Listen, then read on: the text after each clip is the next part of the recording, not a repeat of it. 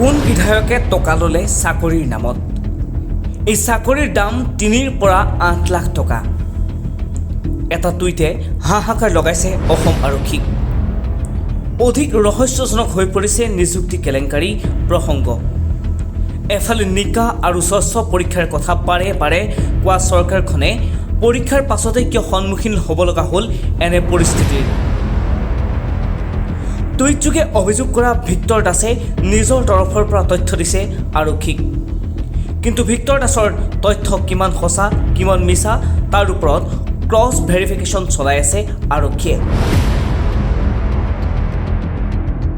তেখেতে তথ্য দিছে আৰু তথ্যবিলাক আমি ক্ৰছ ভেৰিফাই কৰি আছোঁ। সামাজিক মাধ্যমত ইতিমধ্যে প্ৰকাশ হৈছে সেইবিলাক তথ্যৰে আমি ভেৰিফাই ৰিপিট কৰিছোঁ। আকৌ আমি তাৰ ভেৰিফাই কৰি আছোঁ। ভেৰিফিকেশ্যন সম্পূৰ্ণ হ'লে আমি আপোনালোকক জনাব পাৰিম।